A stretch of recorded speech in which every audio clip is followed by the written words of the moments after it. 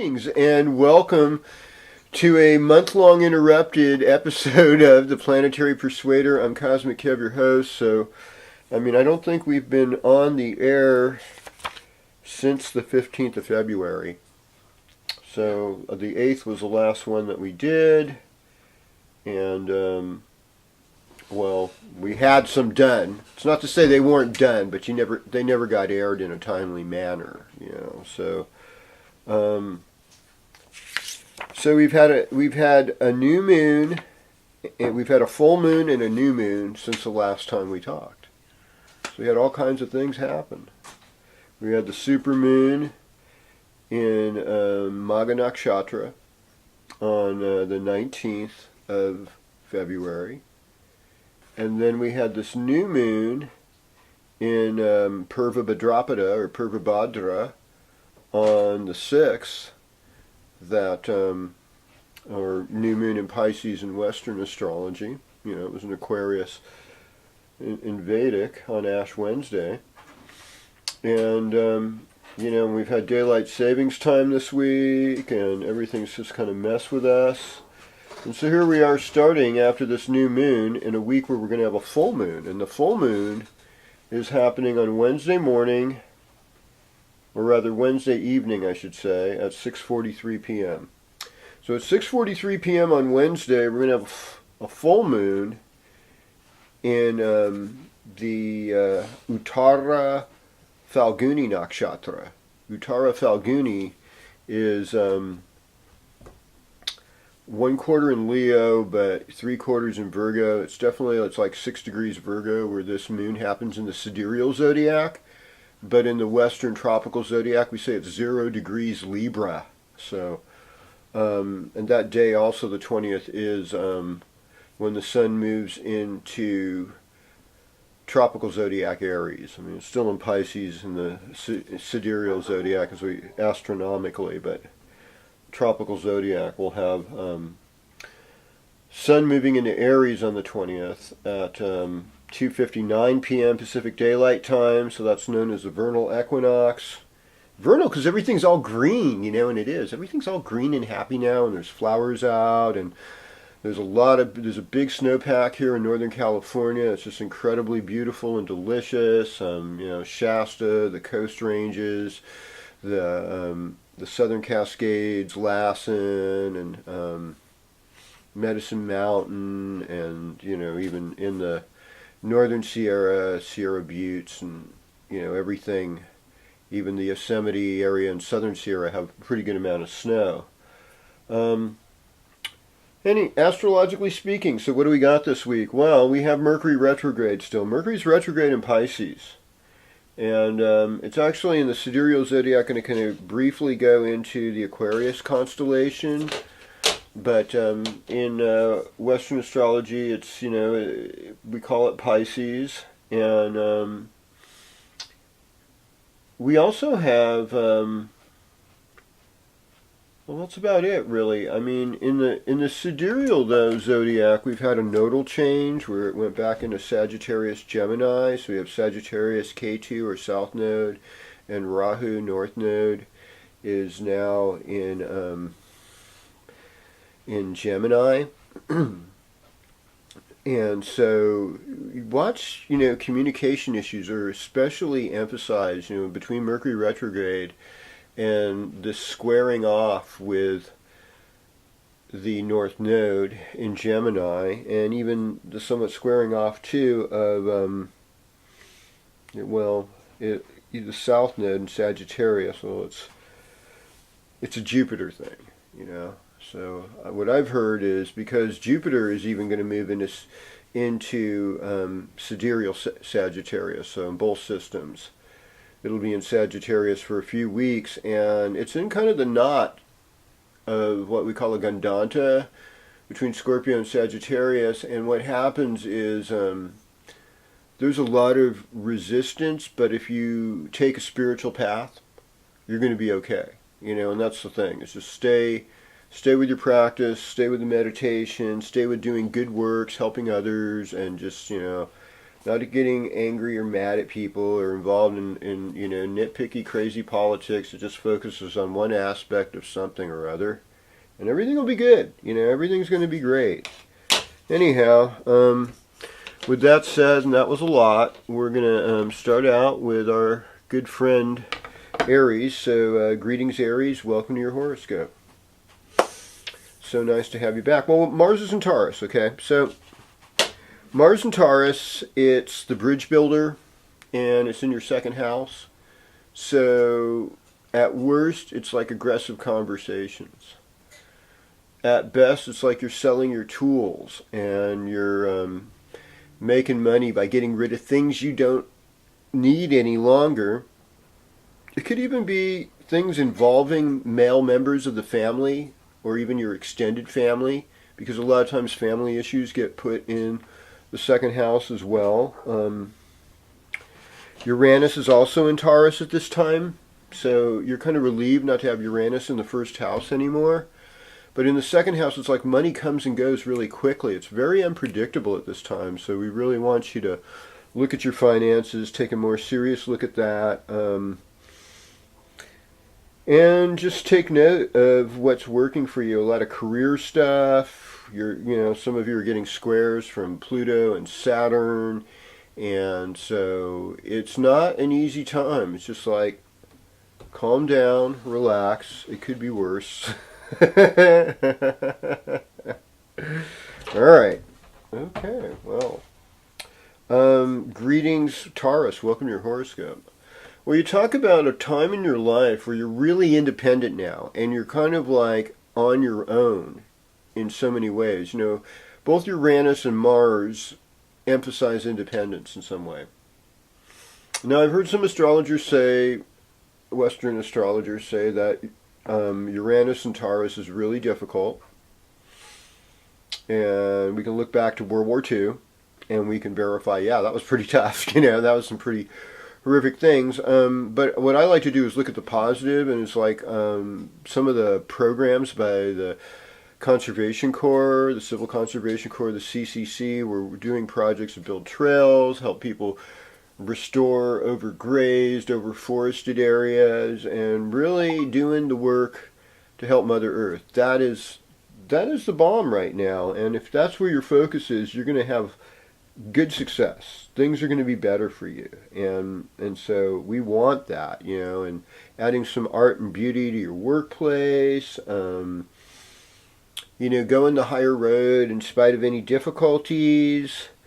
All of this is going to be helpful for you, and I didn't say it, but this Friday we're starting out with the moon in Cancer, and that's a really good moon, and it's a moon that's going to affect your neighborhood. Yes, indeed. Okay, so now we're in Gemini territory. Hello, Gemini, and welcome to your horoscope. So, how should I put this? Well, I feel like things are getting better for you, and I think you're really going to love the moon, the full moon actually, Wednesday night. It's going to be Wednesday, Thursday are going to be really good days for you. They're going to be more heart opening, they're going to be more fortunate, and so I keep on that. Now, Mercury retrograde, in your midheaven, for for Allah's sake, this is just not something that people would be super pleased with, because it causes a lot of tension at the workplace and your public life, and communication is awry. There was like a whole reset on Facebook earlier this week, and people couldn't post things or see things a regular way because they're trying to find everybody's crazy polar views and all those wonderful things that make us a great place, and work on it from there. But you're in a place where you have intense passion, but like relationship issues have been somewhat difficult. and yet in another side, you've been very fortunate and very blessed. Got really good people in your life too. So it's like kind of this mixed bag you're dealing with. There's some ego crushing moments, but hanging out with spiritual people is good. Hanging out with drunks and druggies and unconscious people, well, that's not very fun. Uh, gets old quick, let me tell you. Let's see now. Here we go. Greetings, Cancer. Welcome to your horoscope. So we're starting out Friday, Moon in Cancer. I mean, what a great day to plant things, and it is a waxing moon at this point. So, I mean, really get in the garden, dig, and watch everything grow and explode into beautiful growth, because that's a really fertile moon. So you want to take advantage of that. Relationship issues are kind of tough. Good time to exercise, get yourself in shape. Be in what feels healthy and natural for you. And what we got here is Venus in the 8th house, so there is more intensified passion in some ways, more of a commitment, but it feels like other people are kind of in control of the love department to some extent. And that's all right. Allow other people to give you gifts. Allow other people to bless you. It's not a bad thing. Motivation wise, you're in a place. This is Pisces time for you. It's 9th house transit, spiritual, and it's interesting. It's like trying to learn a new language. I think especially with Mercury retrograde, you're like, well, not everything that means the same thing to you means the same thing to them. So it's really a time we have to take extra time to really spell things out. Enigmatic, non-specific communication, which is for some people culturally is very polite, but it's not always efficient, and it can lead to a lot of misunderstandings. So be really careful what you say, and go out there and play and have fun. All right. So for you, Leo, greetings. Well, it looks like, Moon's going to go into Leo on just Saturday evening-ish, 5:57 p.m. Pacific Daylight Time, so a little bit before sunset. And so, Saturday night and Sunday and most of Monday will be dominated by Leo Moon. And, of course, dominated, it's a Leo Moon. These might be good days to work on your executive ability, planning things as far as how you want, if you're running your own business or if you're even an artist with a performance coming up, just to look at that. Check out the way also you nurture your queendom or kingdom, whatever you identify with, your family, and work on that. Beyond that, it's like a time where you at work are striving to show a lot of independence in the way you work.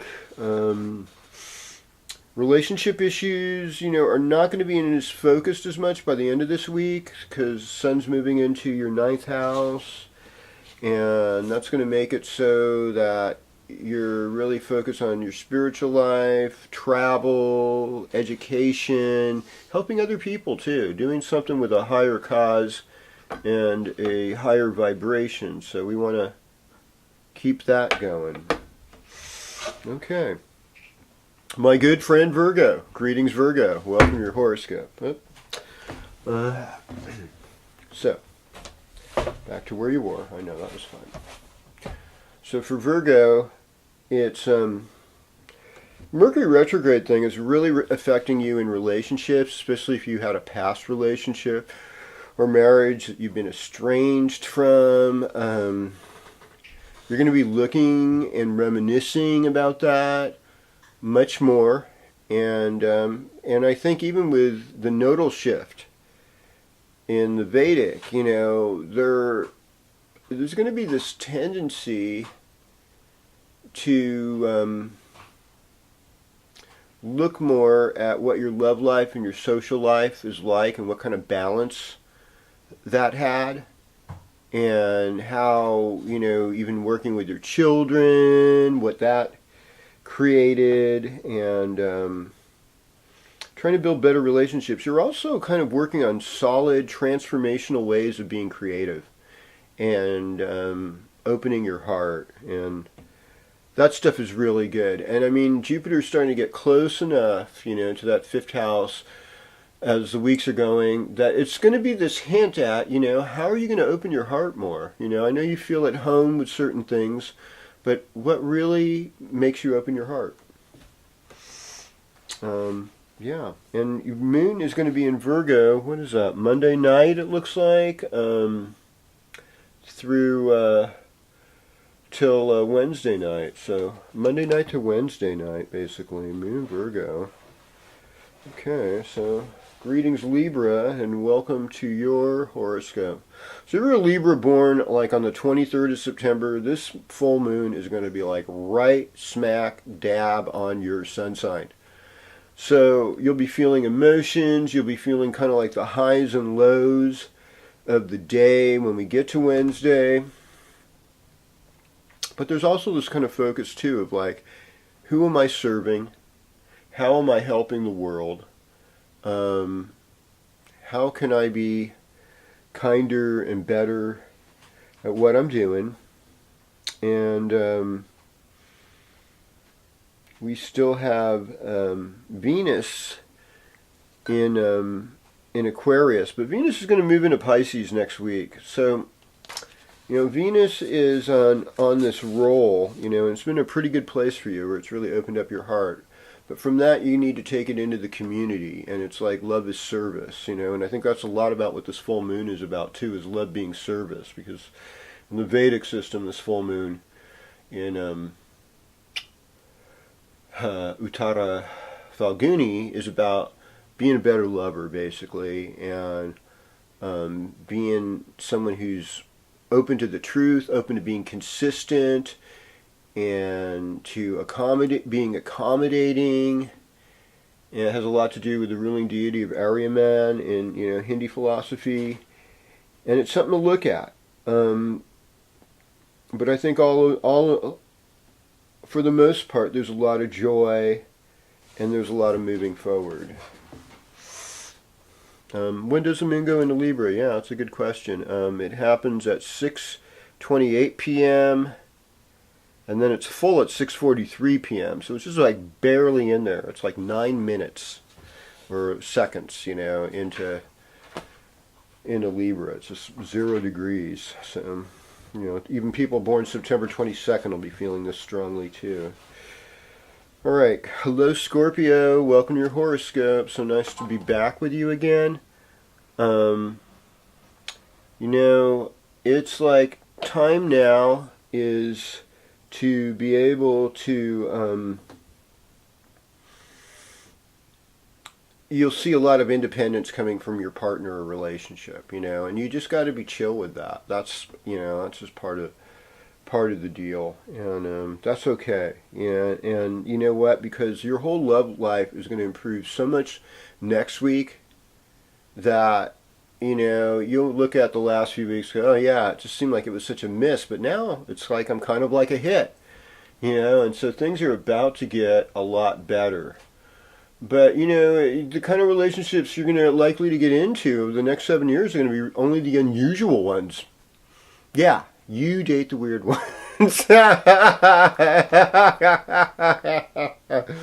Somebody had to say it. And yeah, the moon won't be into Scorpio until next Friday, so, but like I said, next week, even beginning next weekend, I could see this whole shift for you where your creative and your love life comes together, and you might just become the flavor of the month. I'm not kidding. This is some wild stuff ahead for you. All right, so greetings Sagittarius. Welcome to your horoscope. Well, I mean, I see so much change, in some ways on the horizon for you. I mean, you've had a lot of good fortune. Things have been going pretty good, and they should continue to be that way. You might have even financial improvement come over the next couple weeks and stuff, but things with Jupiter being in the first house, it's been really like a major blessing. I think Sunday is going to be, Sunday is going to be your power day. That'll probably be the best day of the week for you. Monday won't be too bad either. I think, Saturday night, Sunday, those are going to be rocking for you, even Monday morning to maybe some extent. Um, I think once Wednesday hits, there'll be the full moon, and that's going to be in your social house. So it's like you're gonna have fun. You're probably gonna rage on the full moon's what I'm thinking. Maybe I'll rage on the full moon. I don't know. So it sounds like a good time, and you're making progress, is what I want to say. You're making progress, and it's just slow and steady. It's not a time to take risks. Mercury's still retrograde. Planets are in some really weird parts of the sky astronomically, and that's why I look at the sidereal zodiac too, because I'd rather look with two eyes than just one. And so that's how yeah, I know, I look with four eyes. I gotcha. That's a good joke. Okay. Greetings, Capricorn. Welcome to your horoscope. So for Capricorns this week, we have a lot of fun stuff happening here, and it's mainly working with the Saturn and Pluto, having insights and having consistency, having discipline, and allowing your insights to motivate you to change things for the better. It's a time to think about possibilities and to be patient with what obstacles are in front of you. That's really the nature of the game here. And, Jupiter's getting closer. It's going to be closer to your sign than it will be until like late fall. And so, for months and months, for like 7 months. So there's a little blessing coming on. There's like this kind of wind of possibility that's blowing, and it'll probably come to you in your dream life, as Jupiter's in the 12th house in Western. But pay attention to your dreams, pay attention to your imagination. I think Tuesday will be a real power day for you in a lot of respects. You'll feel a little more, and Mars is moving in your favor, even Uranus. Like, it's a revolution of your heart, it's a revolution of how you look at your children, it's a revolution of love in general.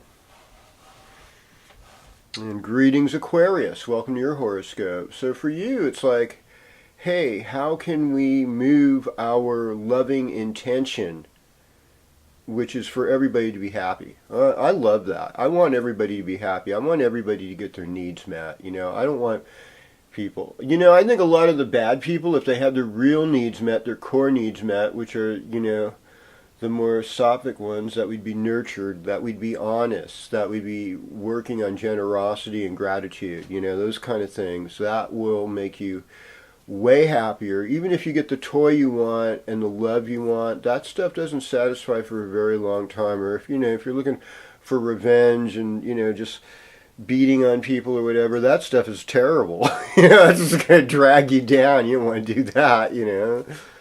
So I basically summed up the the sattva, rajas, and tamas right there. And full moon's going to be fun for you, especially if you're like one of those January 20th Aquarians, or born in January. You'll feel more like a positive hit that's uplifting for you during the full moon.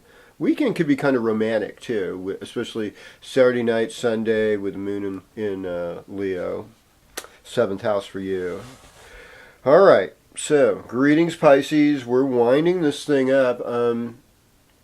This is your last week, and on Wednesday, it's a changing of the guards right around 3 o'clock in the afternoon, where we go from Pisces to Aries in the tropical zodiac. It's spring equinox, and so now the light dominates now. Light dominates. Light's already starting to dominate. I mean, because light's powerful than darkness. We're already pretty much on 12 hours of light, and what a relief it is. Cosmically, it's less depressing. It's like, wow, yay, it's bright outside, and here in the lowlands of Northern California, there's blossoms and flowers blooming everywhere, and the weather's warming up in the 60s, the low 70s, and we're just like, we're just, stretching out our arms, and our sap is flowing.